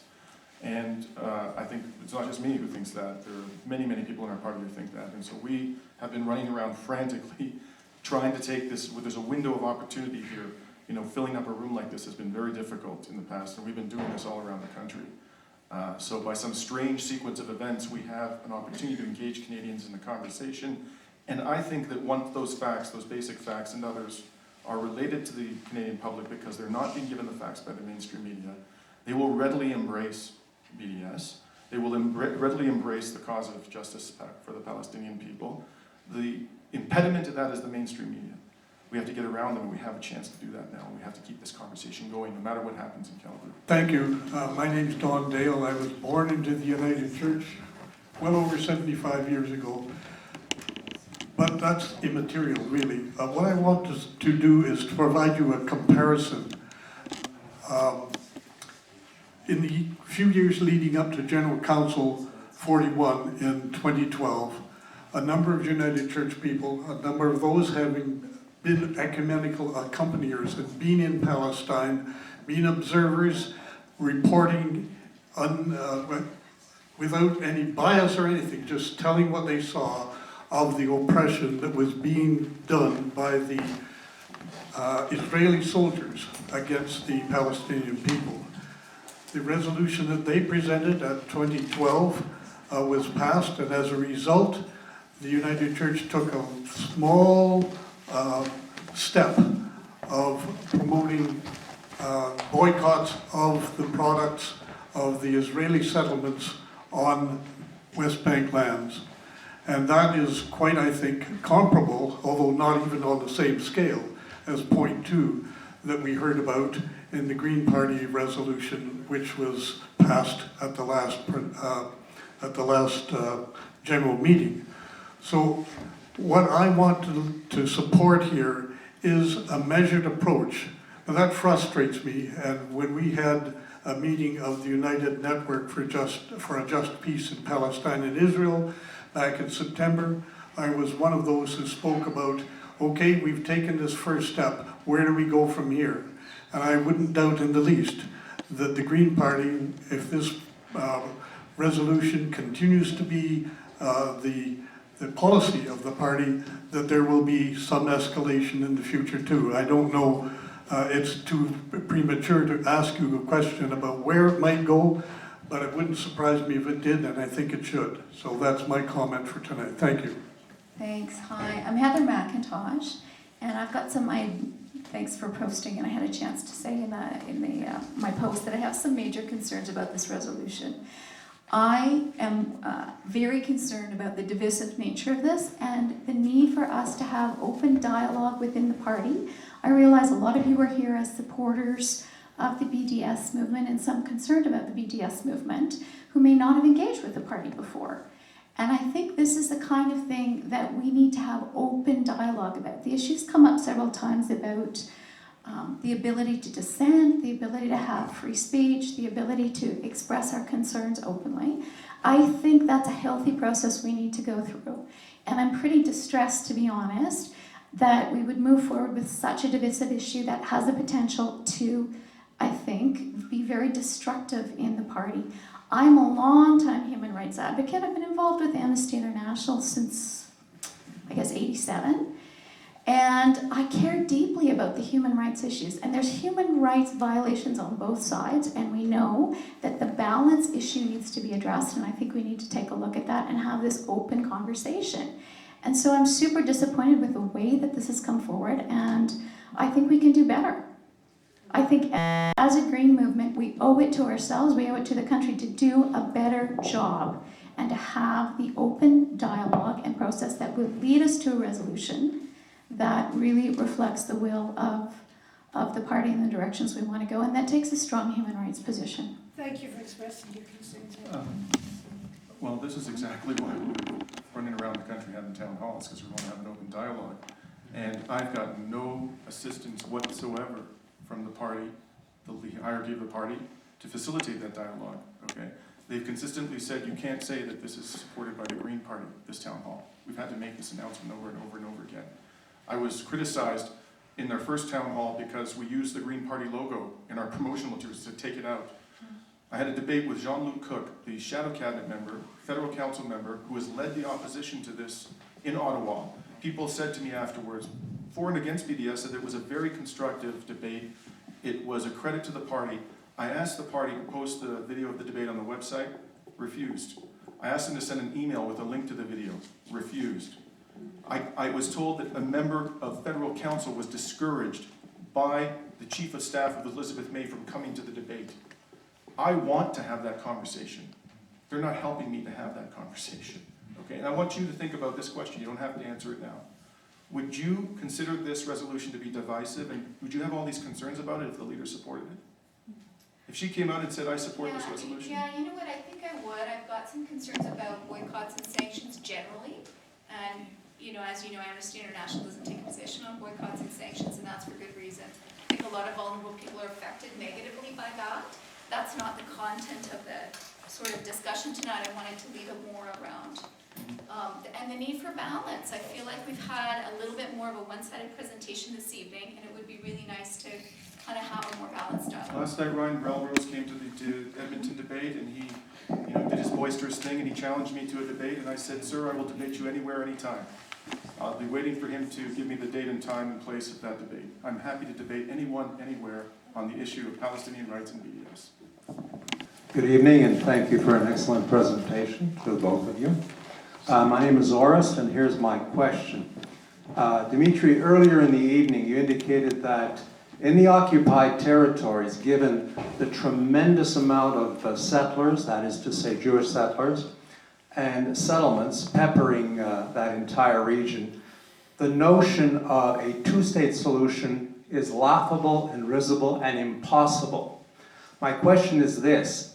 Do you not foresee that, let us say, in the year 2020, when the Palestinian population exceeds that of the Jewish population, the application of the term Israeli apartheid will gain more traction worldwide, and it will put the Jewish state on the defensive as a consequence?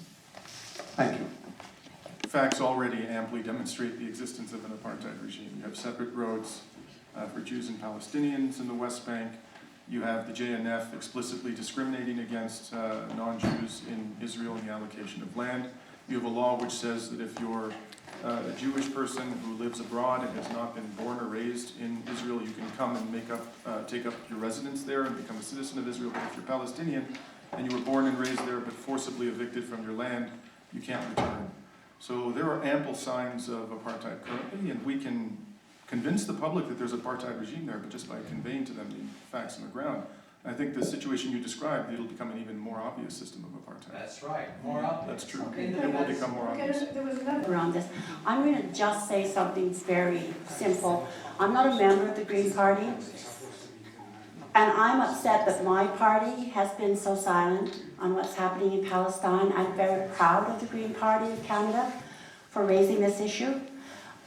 You see from the kinds of things I've been reading on alternative media and from what I'm hearing here, that what the silence, the years of silence has done to us.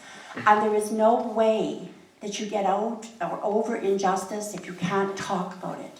There's no way you do the right thing if you're looking the wrong way.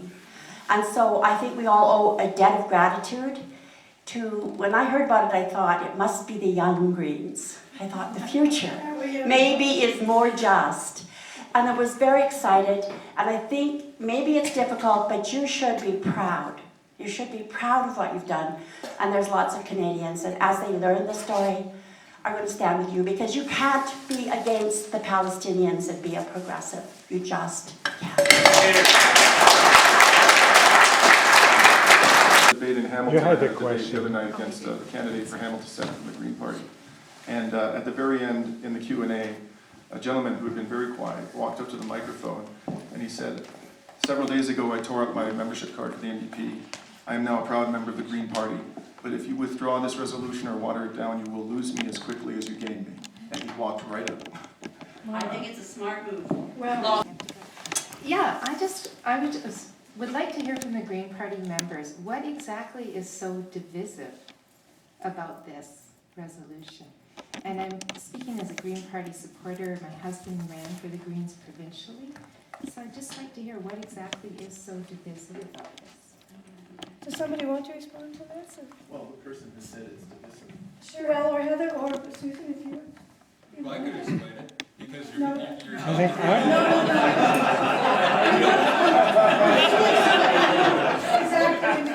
all about the books. It's all about the books. Yeah, for sure. I think there's, I think the concern about is it an issue that's hijacking the party has come up. As Bernie mentioned, is that an issue? Is it people who are not Green members joining to get one particular issue passed, and it takes us away from the focus of the overall party, right? So there's worries about that. Because that happened in Alberta, I think that's probably why as well.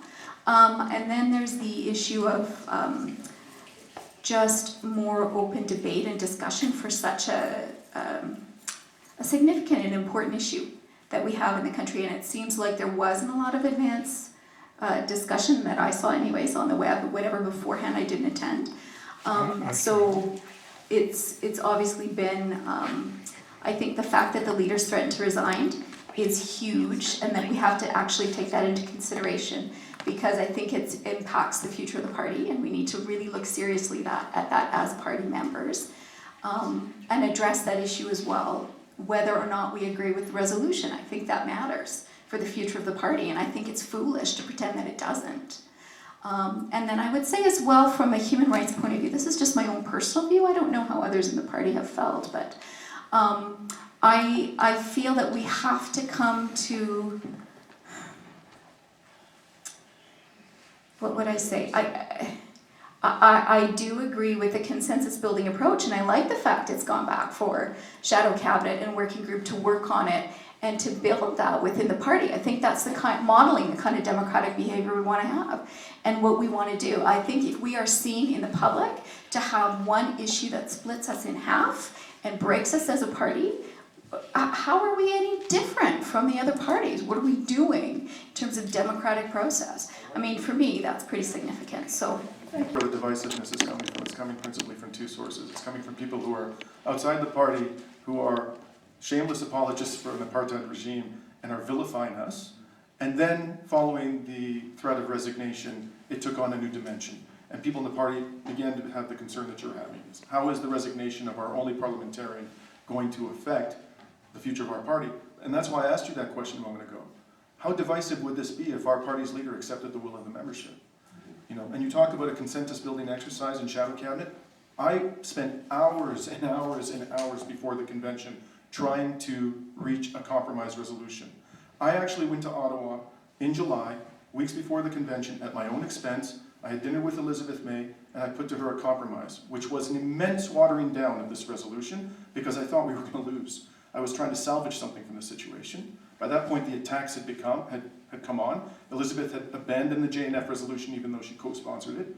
I saw that we were going to lose, and I put to her this resolution. Let's call on the International Criminal Court to raise its investigation into potential war crimes by Israel from a preliminary one to an official investigation. That's all. It was so modest. It was so slight it probably would have accomplished nothing, but at least it was a symbolic something in the face of what I anticipated would be a loss, and Elizabeth didn't accept it. I don't understand why people are saying that we didn't have a consensus building exercise before. I made a huge offer of compromise and it was rejected. I was met with absolute resistance to any notion of holding Israel to account. That was the problem. It wasn't me who didn't seek a consensus. My name is Cecilia and I'm part of the local social network.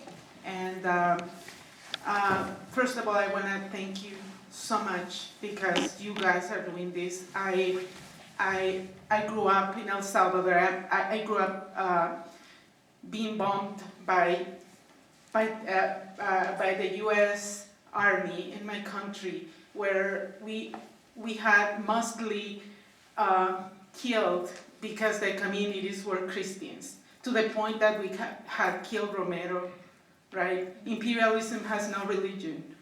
And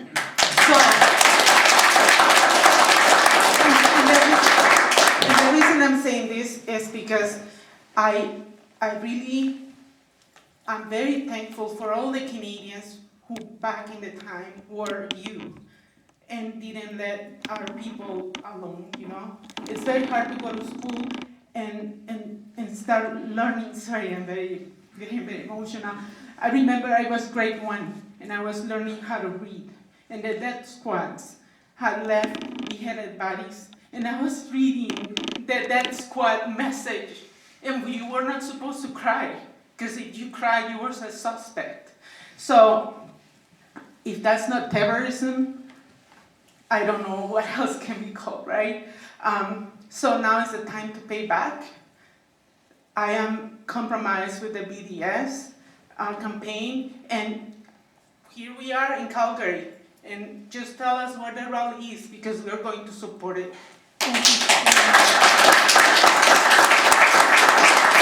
Okay, well, I just, let's see. I have just joined the Green Party so that I can go to the December 3rd meeting and vote and participate. Before I joined, I canvassed for the Green Party, and I've been interested in the Green Party and donated to the Green Party. So I'm not a one-issue person at all. But honestly, I have to agree with Linda's question. If this tiny little, minimal little bit of social justice cannot be passed by the Green Party, what is the Green Party? What purpose does it serve in the world?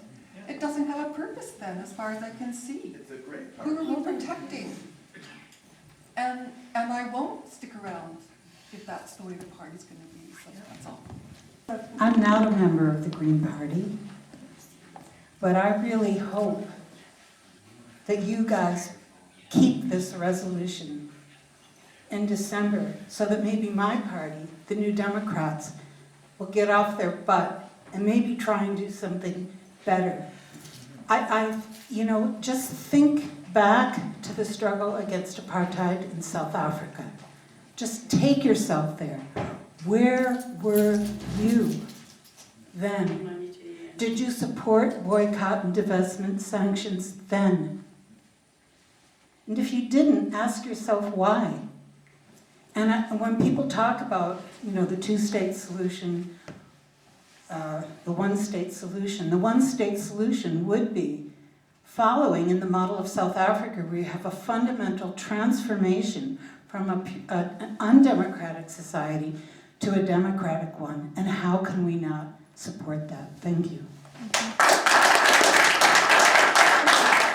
Yeah, I just wanted to address the concerns about divisiveness and whether this is a distraction for the Green Party. I've been involved in student politics and student activism for 7 years. I'm very ardently pro-Palestinian, my shirt might have given it away. I'm also an environmentalist and a leftist on about every issue, and I know a lot of people who I've met through student activism who, through various campaigns, and I've been involved in other campaigns as well, not just the Palestinian campaign, who are obviously leftists, almost all of them environmentalists, almost all of them also supporters of Palestine in one way or another. And I want to say, as someone who, I hope I can still call myself a young voter, on behalf of a lot of young voters that I've spoken to and a lot of young activists, we're really tired of career politicians, of opportunistic politics, of people who would focus on electability more than principles. We're tired of people looking at all these violations of human rights, these horrendous things that you've just said are happening to the Palestinian people, and whose first thought would be, well, how does this help the Green Party?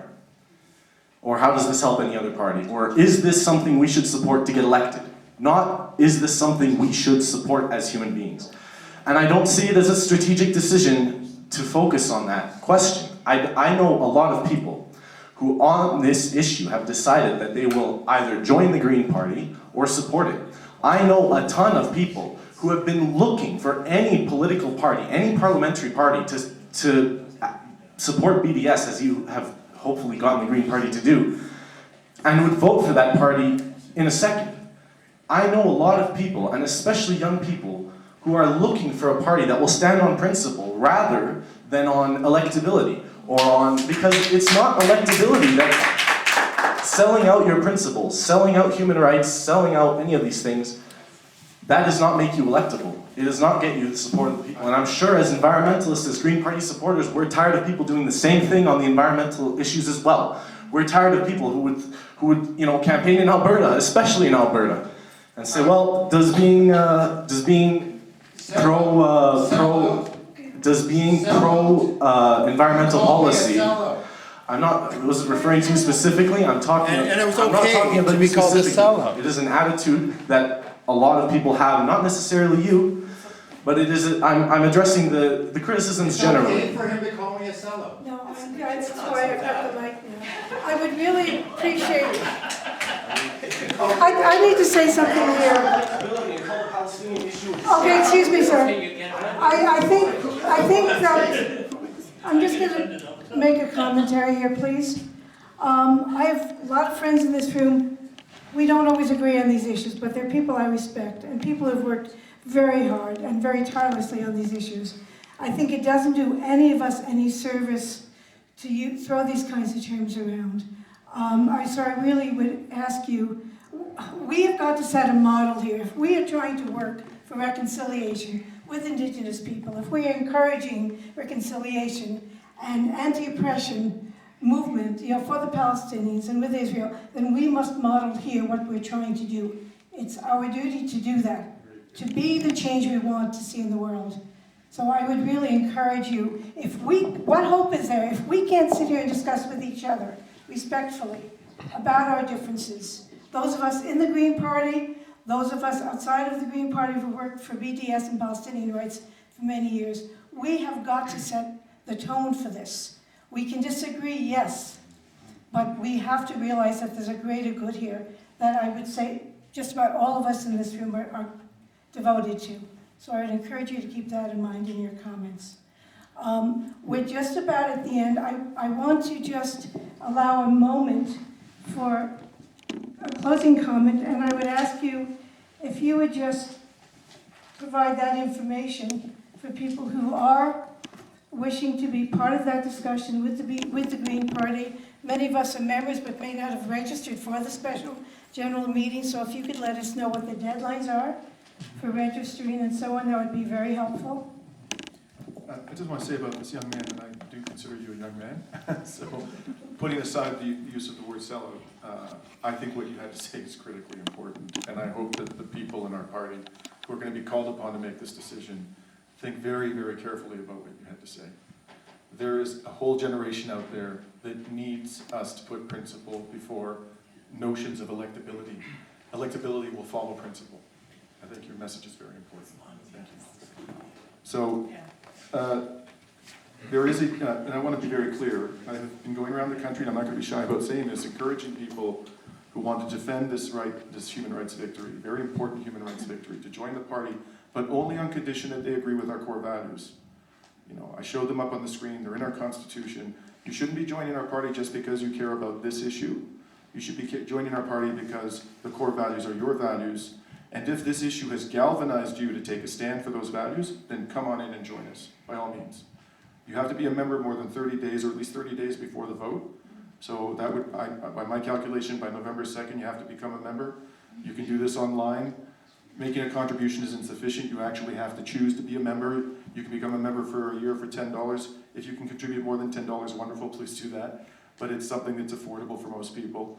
And even if you can't come to the convention, although I suspect that everybody in this room can get over the logistics of that, there will be an online vote afterwards where people can participate from the comfort of their own homes for the purpose of ratifying any decisions taken at the convention. Also you have to register to be at the convention, and you can do that by consulting the website. You can't just show up, and it costs $50 to register. Okay, I want to thank all of you who came out tonight.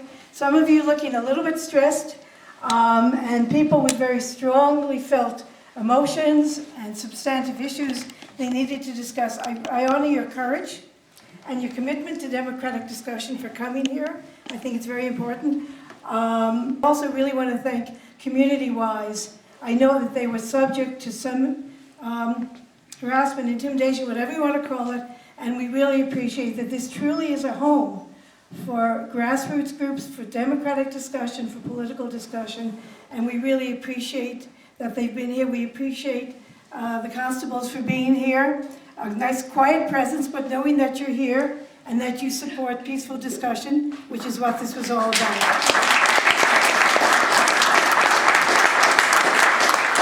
I want to thank Dimitri and Yves for their excellent, informative talks.